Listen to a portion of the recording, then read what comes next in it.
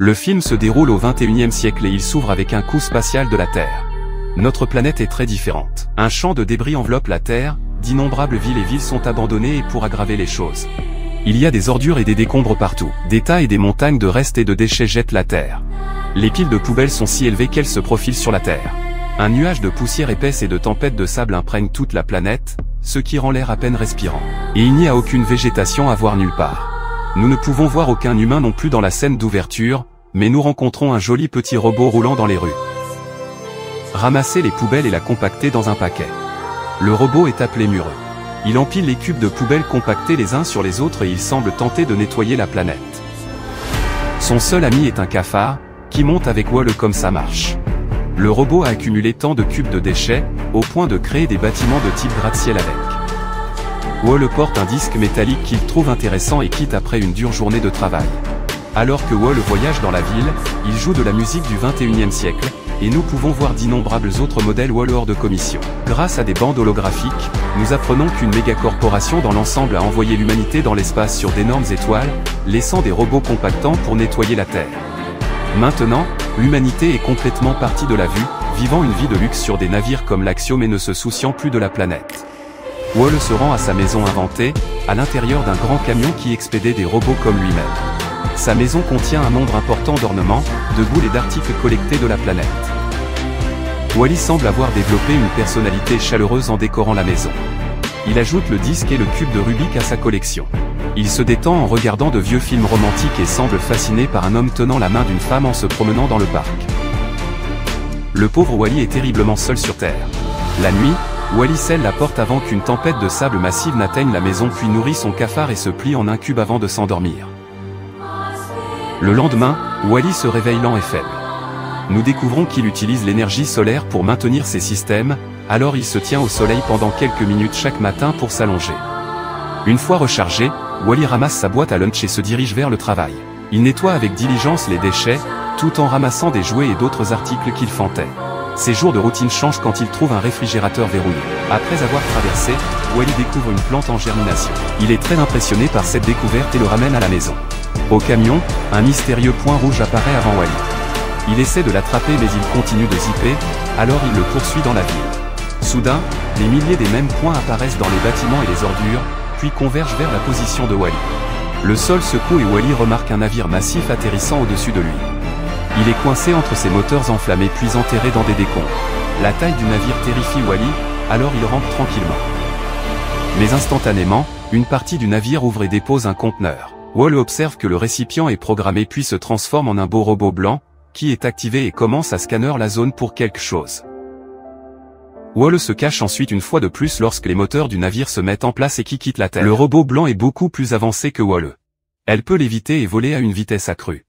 Elle plane avec élégance dans le ciel, explorant la Terre et Wall ne peut s'empêcher de se sentir stupéfait. Lorsque Wall fait du bruit, le robot blanc devient hostile et fait exploser le rocher qu'il cache. Heureusement, il a raté Wall et n'a pas détecté sa présence. Le visiteur parcourt la ville à balayer diverses zones avec Wall traînant derrière. Lorsque le cafard décide de saluer le robot blanc et d'ignorer les avertissements de Wall, le visiteur fait exploser le cafard au début, mais ensuite, elle développe un goût pour lui. D'un autre côté, elle ignore Wall après lui avoir demandé quel est son nom et il ne répond pas. Quelques jours plus tard, le visiteur continue sa recherche, scannant divers domaines et ne trouvant pas ce qu'elle recherche. Wall la suit toujours, essayant d'être amie, mais elle continue de l'ignorer. Un jour, le robot blanc devient frustré par sa recherche sans but et pour aggraver les choses, elle est coincée dans un aimant. Dans une crise de colère, elle fait exploser l'aimant et détruit quelques navires d'essence. Wall et le robot blanc commencent à parler après l'incident. Son nom est Eve et elle a une mission classifiée. Alors que la mission de Wall est très humble, Wall a du mal à prononcer des mots et son bégaiement fait rire Eve. Les deux développent une amitié et un lien. À ce moment-là, une massif de sable, et Eve n'est pas habituée à cet environnement et ne sait pas quoi faire. Wall l'invite à se préparer dans son camion. Là, elle découvre d'innombrables inventions humaines et complète le Rubik's Cube en moins d'une seconde. Impressionnant Wall quand il montre ses cassettes VHS de comédie musicale, elle regarde avec fascination puis scanner la vidéo. Ensuite, les deux tentent de danser, mais Eve n'a pas de rythme, et ses systèmes sont si puissants et destructeurs qu'elle envoie Wall s'écraser dans les murs. Bien que Wall soit endommagé et blessé, il ne blâme pas Eve. Au lieu de cela, Il répare ses composants cassés et montre à Eve sa collection de briquets. Elle aime la flamme et la regarde intensément. Wally essaie maladroitement de lui tenir la main, mais elle le brouille et scanne la vidéo alors que le couple tient la main sur l'écran. Wally essaie d'impressionner Eve en lui montrant la plante qu'il a trouvée dans le réfrigérateur. En réponse, Eve scanne la plante, et pour la première fois, ses systèmes flash verts, indiquant qu'elle a trouvé son objectif. Suite au protocole, Eve recueille la plante le scelle dans un champ de force et s'arrête complètement. Wally essaie de la réveiller mais elle ne répond pas.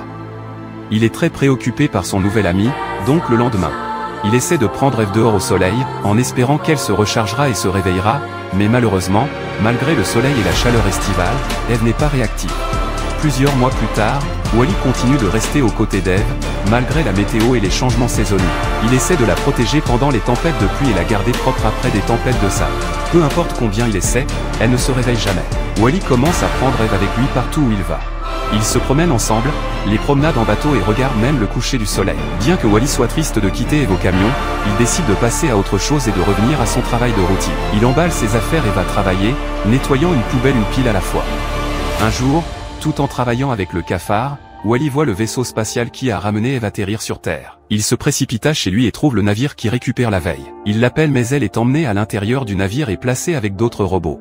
En refusant d'abandonner, Wally accélère, saute d'un pont et atterrit sur le navire. Il saisit alors que le navire quitte l'atmosphère et bientôt il se retrouve dans l'espace avec la Terre derrière lui. Le navire voyage à travers le système solaire et Wally essaie d'appeler Eve à travers un hublot afin qu'elle puisse regarder les magnifiques corps astraux avec lui. Il est impressionné par les galaxies et les planètes et se recharge même lors du passage près du Soleil. Le navire atterrit ensuite sur un navire colossal appelé l'Axiom. À l'intérieur, plusieurs machines commencent à ravitailler le plus petit métier, et d'autres robots sont convoqués pour scanner même dans le reste de son genre. Wally est traîné par une machine et les robots l'identifient comme un objet étranger et contaminé. Il évite la détection en se cachant de leur scan. Cependant, lorsque les droïdes de maintenance scannent Eve, une alerte verte est activée partout dans l'atelier et Eve est prise sur une civière par plusieurs droïdes et placée dans un ascenseur. Wally les suit, refusant d'abandonner Eve. Lorsqu'ils sortent de l'ascenseur, Wally est perplexe par les milliers de robots qui se déroulent dans un système de type trafic. Il est incapable de suivre Eve car il a peur du trafic. Il rassemble enfin le courage de la poursuivre et quand il traverse une autre voie, il voit les humains sur des chaises en volant pour la première fois. Tous les gens sont lourds en raison de la microgravité dans l'espace et ils sont collés à leurs écrans, préférant communiquer pratiquement même si leurs amis sont juste à côté d'eux. Wally remarque que les humains se déplacent à peine de leur siège et que les robots sont disponibles partout et à tout moment.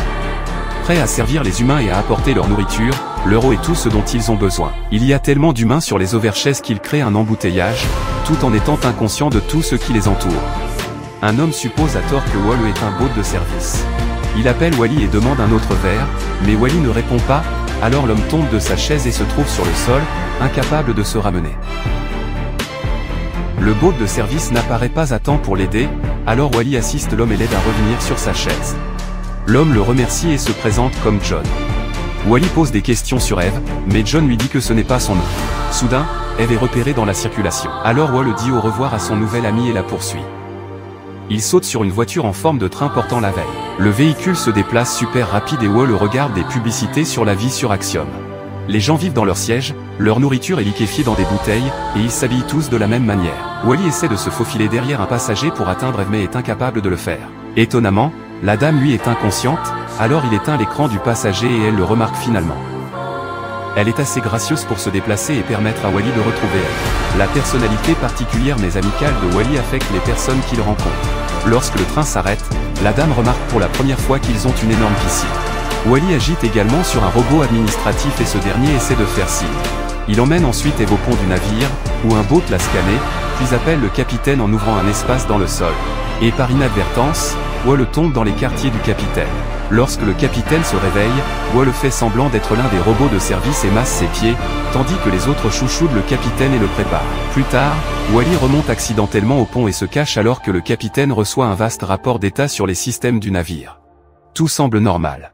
Le capitaine annonce donc que c'est le 700e anniversaire de leur croisière de 5 ans. Après cela, le bot principal informe le capitaine que l'une de leurs sondes est revenue avec un signal positif. Le capitaine est intrigué et se demande si c'est vrai car aucune sonde n'est jamais revenue avec un signal positif.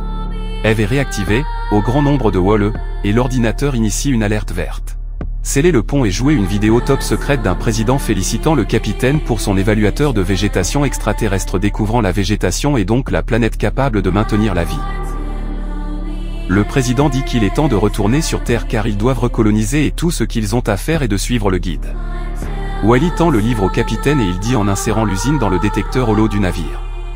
Un hyper sautera sur Terre.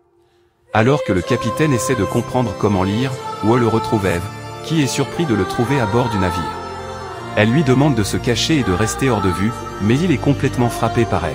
Le capitaine suit les protocoles du manuel et commence à extraire la plante d'Eve, mais choquant, il est introuvable.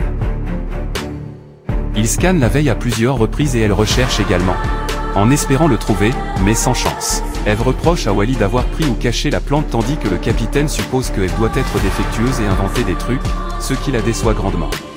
Elle est amenée à l'entretien et salue le capitaine, qui a peur de Wally au début, mais le comportement aimable du boat remporte le capitaine, alors il demande que Wally soit nettoyé.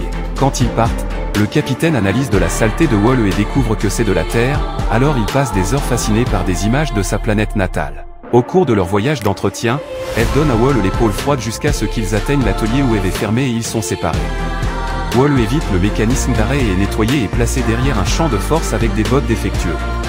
Il regarde à distance alors qu'elle subit un test de diagnostic et suppose à tort qu'elle est torturée, alors il se libère et attaque le drone de maintenance.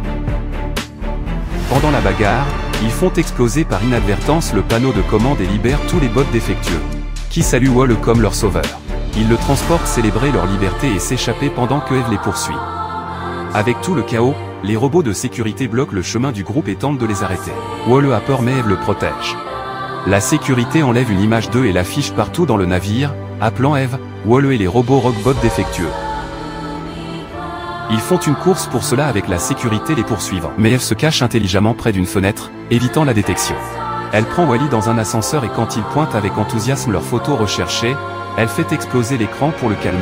Eve est mécontente de ce qui s'est passé, même si elle veut aider Wally à rentrer à la maison, alors elle l'emmène dans une cosse d'évasion. Mais quand elle ne monte pas à bord, Wally refuse d'y aller. Soudain, quelqu'un entre dans la pièce, donc le duo se cache en utilisant son œuf sous forme de cube. Le boat de nettoyage apparaît avec la plante. Il le place dans la cosse d'évasion et part.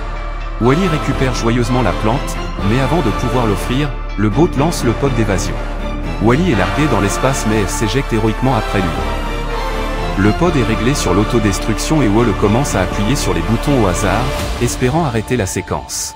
Malheureusement, rien ne fonctionne. Wally utilise un extincteur pour briser la classe mais il n'a pas réussi. La cosse explose avant qu'Eve ne puisse l'atteindre et elle est bouleversée. À sa grande surprise, Wally émerge des débris et des zips en utilisant l'extincteur comme jetpack. Il offre à Eve la plante et les deux câlins et dansent dans l'espace. Eve embrasse Wally créant une étincelle entre eux. Le couple vole ensuite autour du navire, célébrant sa victoire, et depuis une fenêtre, John et Mary, les deux personnes avec qui ont interagi, finissent par encourager.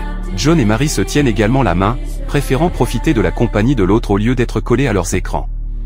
Lorsque l'extincteur est vide, Eve ramène Wally vers le navire et il se faufile. En se cachant, Wally essaie de jouer de la musique romantique et de tenir la main d'Eve. Mais elle s'inquiète pour la plante. Elle dit à Wally de rester caché alors qu'elle va au pont.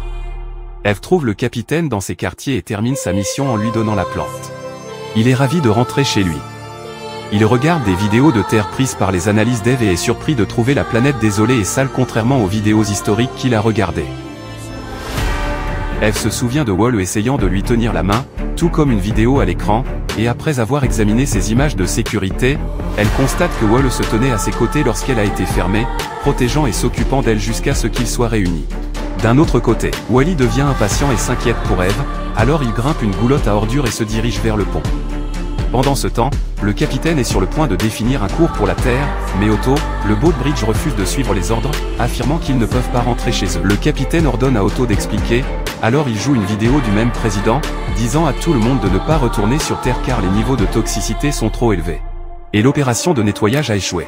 Otto suit la dernière directive du président afin qu'il ne puisse pas les laisser revenir. Le capitaine compte en disant que ces ordres proviennent d'il y a 700 ans, donc les choses ont dû s'améliorer pour qu'une usine survive. Otto refuse et appelle son boat à emmener le capitaine, mais Eve intervient. Un boat prend la plante et le jette dans les ordures, mais Wally émerge avec la plante au grand plaisir de tout le monde. Quand Wally cache la plante dans son compartiment, Otto attaque et le zappe jusqu'à ce qu'il court-circuit et s'évanouisse dans la goulotte. Otto ferme également Eve et la jette et limite le capitaine à ses quartiers. Eve redémarre et se retrouve dans une zone d'élimination des ordures, où les déchets sont écrasés en cubes et se sont largués dans l'espace. Elle et Wally sont collés à l'un des cubes. Eve fait exploser un cube et essaie de libérer Wally mais il est coincé. Le SAS est sur le point de les libérer dans l'espace lorsque le boat de nettoyage apparaît, après avoir chassé la saleté de Wall tout ici. Eve utilise toutes ses forces pour tirer le mur et tenir le coup lorsqu'ils sont aspirés dans l'espace. Heureusement, le petit droïde est coincé dans la porte du SAS, donc la procédure est interrompue dans le temps. Avec tout ce qui s'est passé, Wall est gravement blessé et fonctionne à peine. Sa puce effrite, alors Eve cherche désespérément au junkyard des pièces appropriées pour le réparer, mais tout ce qu'elle obtient, ce sont les plus récents et rien ne correspond au système désuet de Wall. Réalisant que le temps s'épuise, Wall donne à Eve la plante et lui dit de sauver les humains, mais elle refuse de suivre sa directive, insistant pour être avec Wall quand il lui montre le briquet. Son gadget préféré. On rappelle que le retour sur Terre signifie qu'ils trouveront des pièces pour Wall. Eve porte Wall et son nouveau copain de nettoyage et fait exploser son chemin hors de la zone des déchets. Les robots voyous la regardent un gardien de sécurité et entendent Wall jouer sa chanson préférée, alors ils se rallient derrière le couple. Ensemble, ils prennent d'assaut le navire, se battant vers le pont. Le capitaine pirate le système com et envoie des instructions à Eve et Wally, leur demandant d'emmener la plante au système holographique. Otto maladie ses robots sur le couple, mais les robots voyous les défendent. Non seulement le capitaine tourne Otto pour le libérer, mais il combat et active également l'alerte verte de tout le navire. Ainsi, tous les robots commencent à préparer les humains à retourner sur Terre. L'holopo est libéré, mais Eve ne peut pas y placer la plante alors que le navire se balance d'Otto et que les capitaines se battent. Les humains glissent partout et John et Mary sauvent des bébés tandis qu'Eve empêche un énorme morceau de débris de tomber sur les humains. Otto tire parti de la situation et ferme la gousse holographique. Mais Wall utilise son propre corps pour le garder ouvert et, ce faisant, subit plus de dégâts. En regardant cet événement, le capitaine se tient sur ses deux pieds pour la première fois et désactive l'auto. Le navire retrouve son équilibre et les humains et les robots travaillent ensemble pour passer la plante à Eve qui active le système. Wall, cependant, ne lui répond pas. Le cours est déterminé et le navire utilise son système hyperdrive pour retourner sur Terre en quelques secondes. Il atterrit rapidement et Eve vole elle-même et Wall retourne à sa maison, où elle utilise ses anciens outils pour le réparer, le remettre ensemble et lui donner la lumière du soleil pour se recharger. Bien qu'il soit réparé, Wally revient à son ancienne programmation et oublie tous ses souvenirs d'Eve et du cafard. Il retourne au travail, inconscient de ses amis et de la vie antérieure. Eve essaie de lui parler et de lui tenir la main comme il l'a toujours voulu. Soudain, Wall retrouve certains de ses souvenirs et appelle Eve par son nom. Elle est ravie et le serre dans ses bras. Les deux dansent sur la comédie musicale préférée de Wall tandis que le capitaine enseigne aux humains comment planter pour retrouver la planète. Le film se termine par Wall et Eve vivant sur Terre tandis que les humains nettoient leur maison et s'adaptent à la vie avec gravité.